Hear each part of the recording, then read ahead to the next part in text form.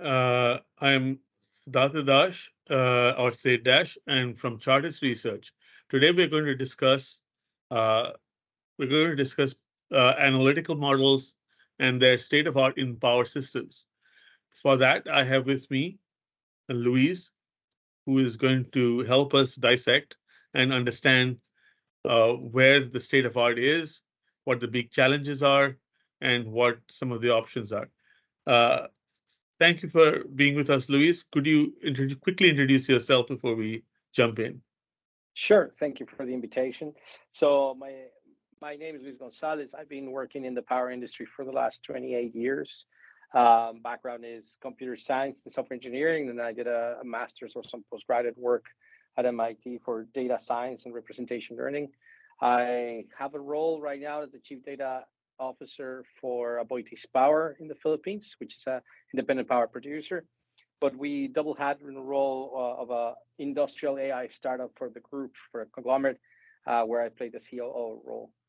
So really happy to be here, and then we've been trying to do data science in power. I was previously the head of GE Power Digital in Asia for the last, I think, 7 years, and we see the light at the end of the tunnel. Let's put it that way. It's come a Thank you long very way. much. Thank you for being with us. I think there's no one better to help us dissect where things are, what's the state of art, and what the challenges are, if you will. And with that, we'll start with we'll start essentially with sort of a little bit of a broad brush overview. Luis, where do you think the current state of art or key areas of high potential are for advanced analytics, such as optimization and AI in the power sector? That's a good question. So obviously we started in the spaces where we had the most data, which is normally on the trading side.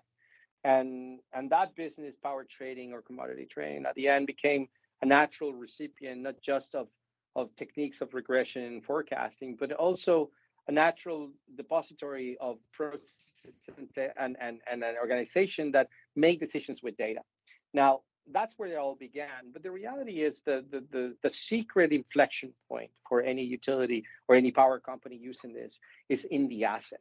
So can you actually harvest the data that the asset's generating? And can you make decisions along that data, which is a very different paradigm because unfortunately or fortunately, the oil equipment manufacturers will tell you how this many hours, whatever you do, you replace X, right?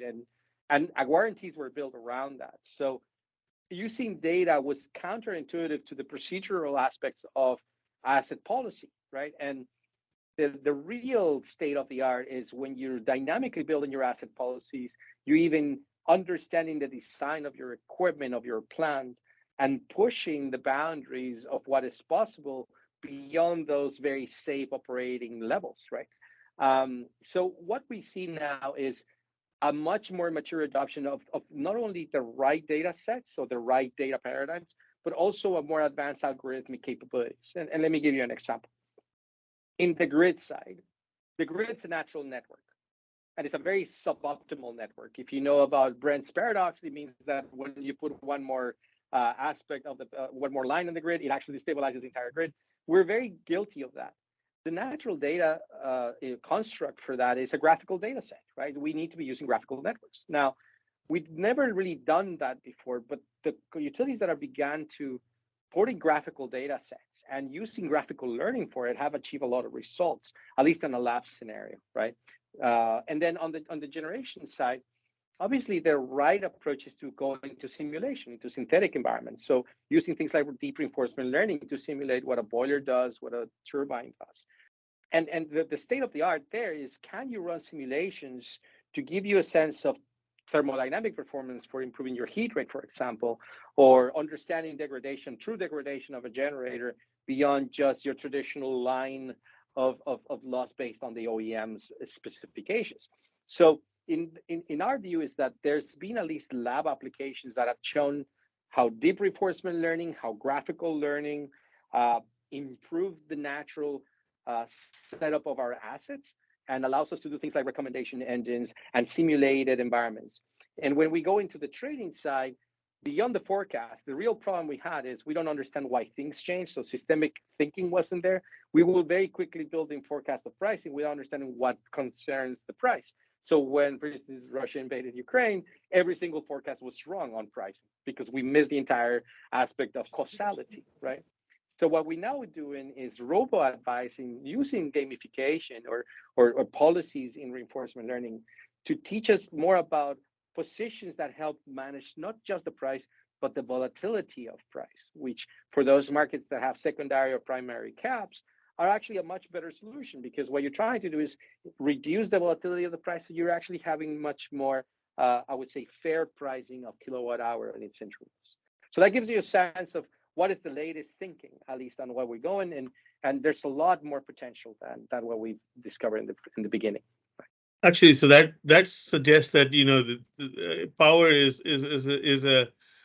actually a very strong and a robust environment for many of the AI and advanced analytics, if you will. It Just should become that. Yes, it should right. become that. Yeah. So a couple of things, a couple of more specific questions, if you will. I think you mentioned the whole issue of optimizing networks and optimizing complex networks and holding them in graphs. So okay, so holding them in a graph database or graph infrastructure is one thing. But would you suggest that using standard optimizers to optimize that network is what standard classical solvers it makes sense, or should one be developing specific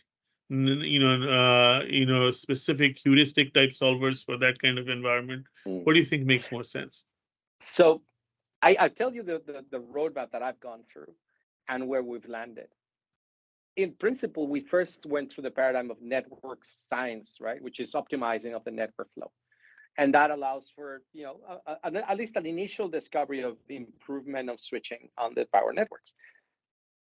Very quickly, what we realized the cap was is that the network is never going to be designed optimally because you have roads and you have mountains and you have orography, right, which means you're always dealing with a suboptimal network.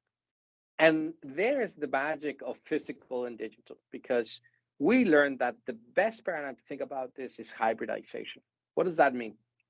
If you have storage units, energy storage units, let's just say, for instance, batteries, you can actually do a lot for the network optimization.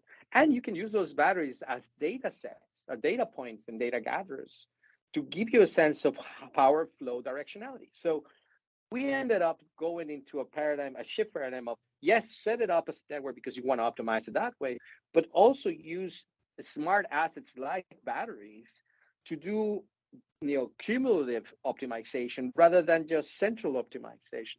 So effectively, this increases the battery, the hybridization increases the resilience of the network.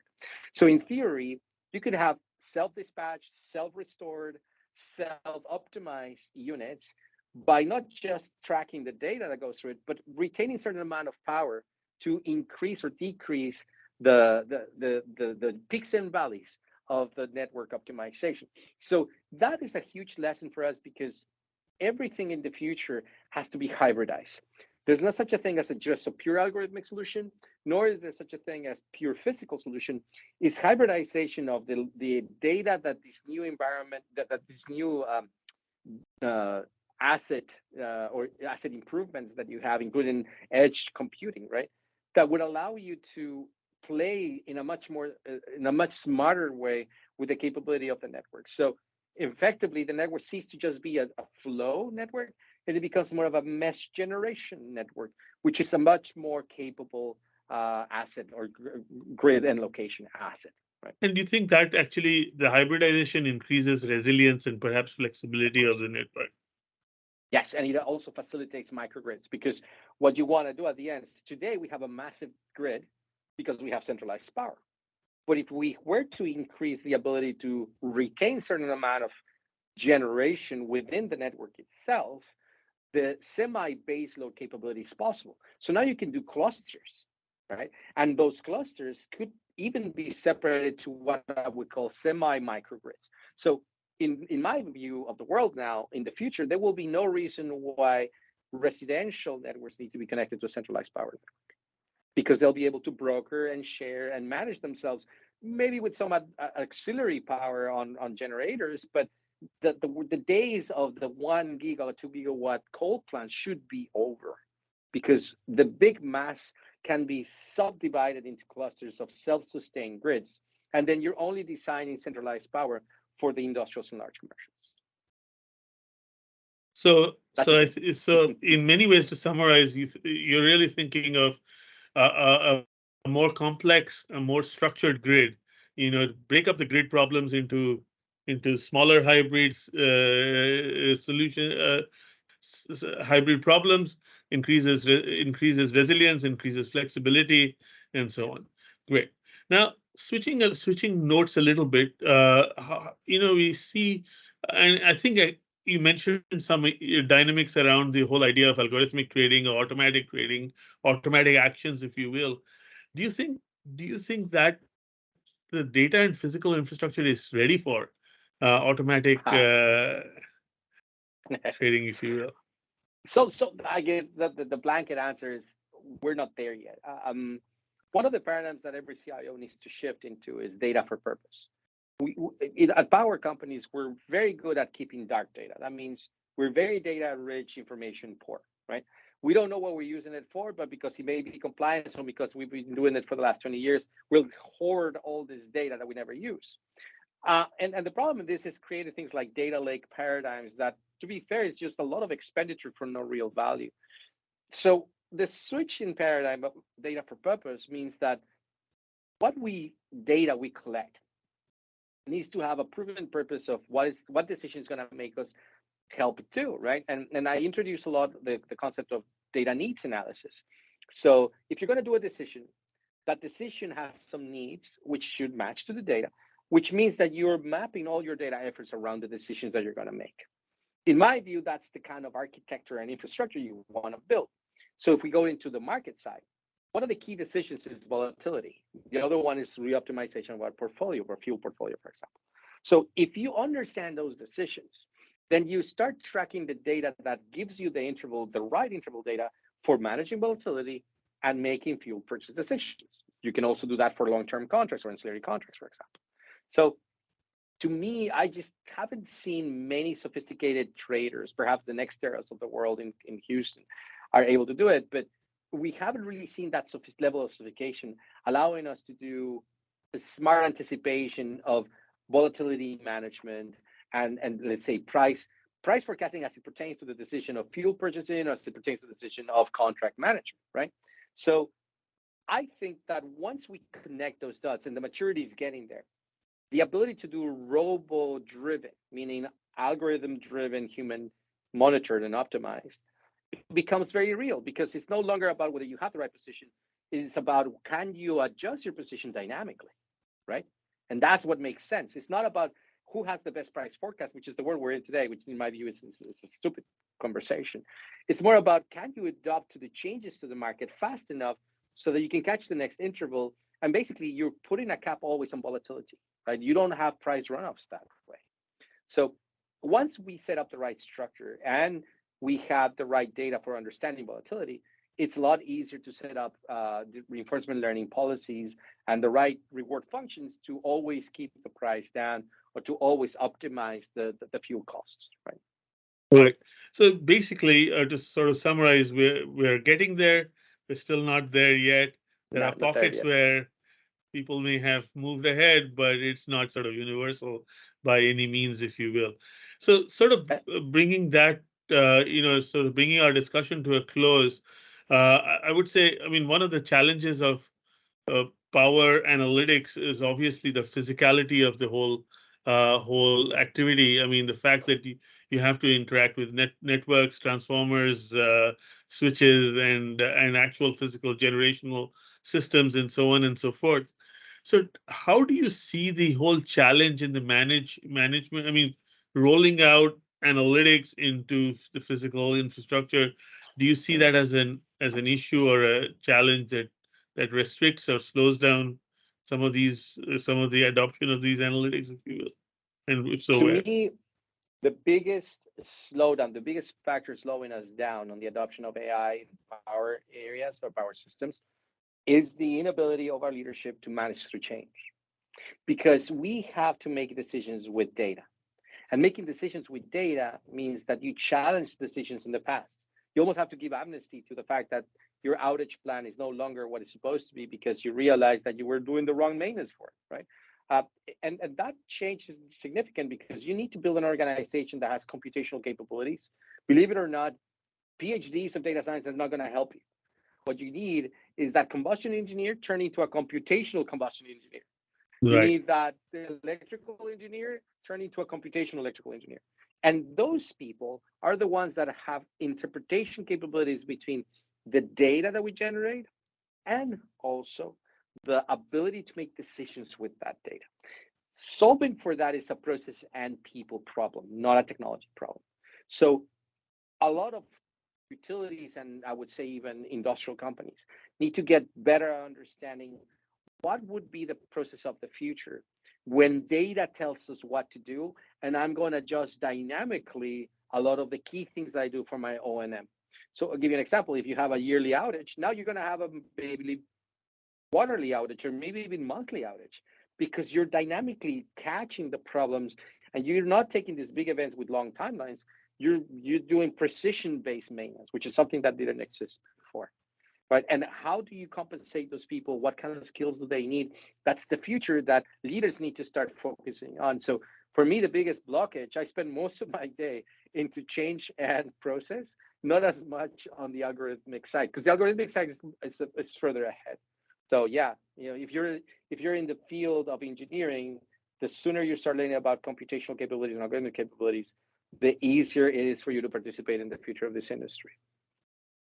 Oh, thank you, Luis. I think that brings us to a close, but that's a really interesting note for us to close on. That's a call to arms to all electrical engineers: learn computational techniques, figure out how to represent networks as data, figure out how to think about all your physical assets as data and analytical assets, if you will. And it's a call to everyone in management. We need to understand the process of change, not just what we want, where we want to go, but how we want to get there. Correct. And I would say that for your data scientists out there, stop working for banks. Come work where it really matters, where you can really make a change for the planet. So, yeah. So with that note, we close. And thank you very much. Thank you for this really interesting discussion. With that, I close the discussion today. Thank you. Bye.